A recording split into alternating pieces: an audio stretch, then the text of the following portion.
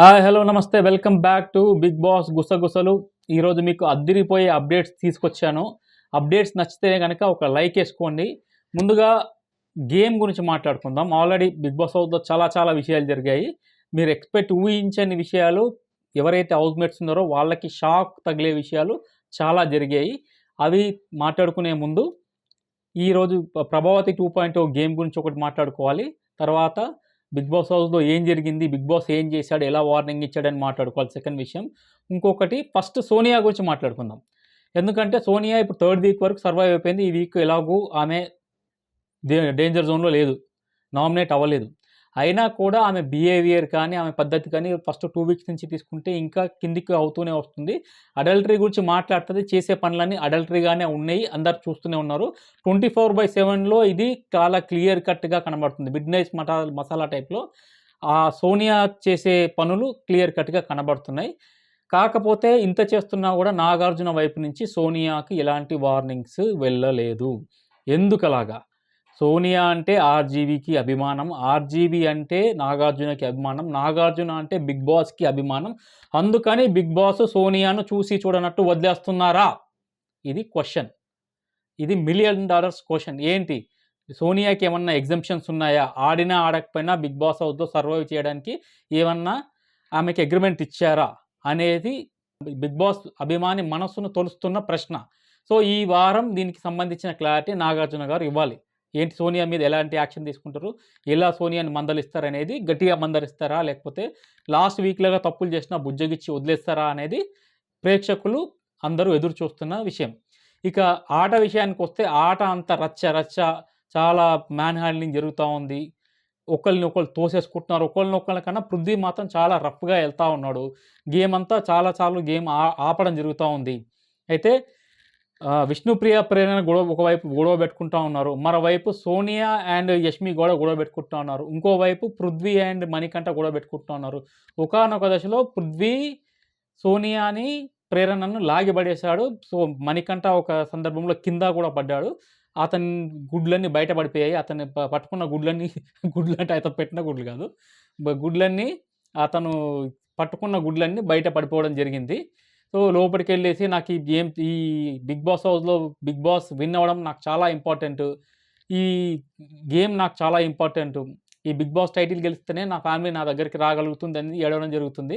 Big boss and title ఏడుస్తూనే లేకపోతే sympathy గేమ్తోనో పల్లవి ప్రశాంత్ గెలిచినట్టు ఎవ్రీ టైం రిపీట్ అవ్వదు. గేమ్ సత్తా ఉన్నోడే ఈసారి బిగ్ బాస్ టైటిల్ గెలుచుకుంటాడు అని చెప్పేసి ప్రేక్షకులు అదే రీతిలో వెళ్తున్నారు. ఎవరైతే స్ట్రాంగెస్ట్ కంటెస్టెంట్స్ బిగ్ బాస్ హౌస్లో ఉన్నారో వాళ్ళకే గెలిపించడానికి డిసైడ్ అయ్యారు. అలాగే ఓటింగ్ ప్యాటర్న్ కూడా వెళ్తూ ఉంది. ఇప్పటివరకు జరిగిన ఓటింగ్ ప్యాటర్న్లో కూడా ఎవరైతే స్ట్రాంగెస్ట్ కంటెస్టెంట్ ఉన్నారో వాళ్ళకే ఎక్కువ పడతా ఉన్నాయి. పృథ్వీ దీంట్లో చూసుకుంటే చాలా లీస్ట్లో ఉన్నారు ఇప్పటివరకు. ఈ 4 రోజుల ఎపిసోడ్లో 3 రోజులైంది నామినేషన్స్ జరిగి. ఈ 3 రోజుల్లో లీస్ట్లో ఉన్నది మాత్రం పృథ్వీనే ఇప్పటి వరకు.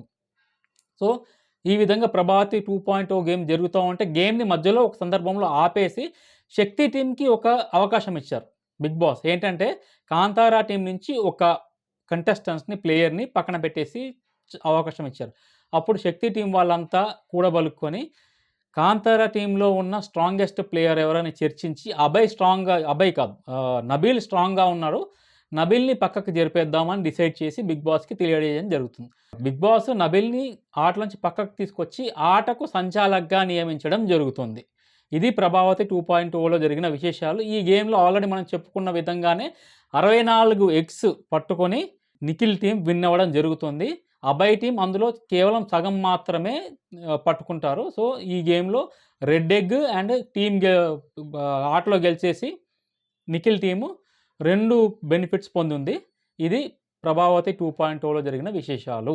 ఈ ప్రభావతి 2.0 గేమ్ జరుగుతున్నప్పుడు అభయ్ ఒకంత కాదు చాలాసార్లు ఇరిటేట్ అవుతూ ఉంటాడు. బిగ్ బాస్ని క్వశ్చన్ చేస్తూ ఉంటాడు. ఏంటి మీకు ఆడించడం వచ్చా రాదా అన్న క్వశ్చన్లో బిగ్ బాస్ని క్వశ్చన్ చేస్తూ ఉంటాడు. ఇది కావడానికి వచ్చామా ఇక్కడికి మేము, ఈ ఆట కాకపోతే మేము వదిలేస్తే సగం సినిమాలో ఉంది, వెళ్ళి సినిమా చేసుకుంటాము అని బిగ్ బాస్ని ఇరిటేట్ చేస్తాడు. ఈయన వెనకాల తోకలాగా మిగతా హౌస్మేట్స్ కూడా గుణగడం స్టార్ట్ చేస్తారు. ఒక సందర్భంలో బిగ్ బాస్కే చిర్రెత్తుకొచ్చి 2 గేట్లు తెరిచేసి పొండ్రా బయటికి అన్నట్టు వార్నింగ్ ఇస్తాడు. ఉంటే ఉండి లేకుండా పొండి, పోవాల్సిన వాళ్ళు పొండి అని వార్నింగ్ ఇస్తే ఒక్క హౌస్మేట్ మొహంలో నెత్తురు చుక్కు ఉండదు. అందరూ సైలెంట్ అయిపోతారు. ఎవ్వడు బయటికి పోడు. భయపడిపోతూ వాళ్ళ భయం వాళ్ళ మొహంలో ప్రస్ఫుటంగా కనిపిస్తది. బిగ్ బాస్‌తో పెట్టుకుంటారా? బిగ్ బాస్ ఎన్ని సీజన్‌లు చేశారు. ఎన్ని వందల సీజన్స్ ఇప్పటికి. తెలుగులోనే 8 సీజన్స్ చేశాడంటే మొత్తం వరల్డ్‌లో ఎన్ని భాషల్లో ఎన్ని సీజన్స్ బిగ్ బాస్ చేసుంటాడు. ఎంత వేల మంది సెలబ్రిటీస్‌ని హ్యాండిల్ చేసుంటాడు. ఎన్ని జాగ్రత్తలు తీసుకుంటాడు.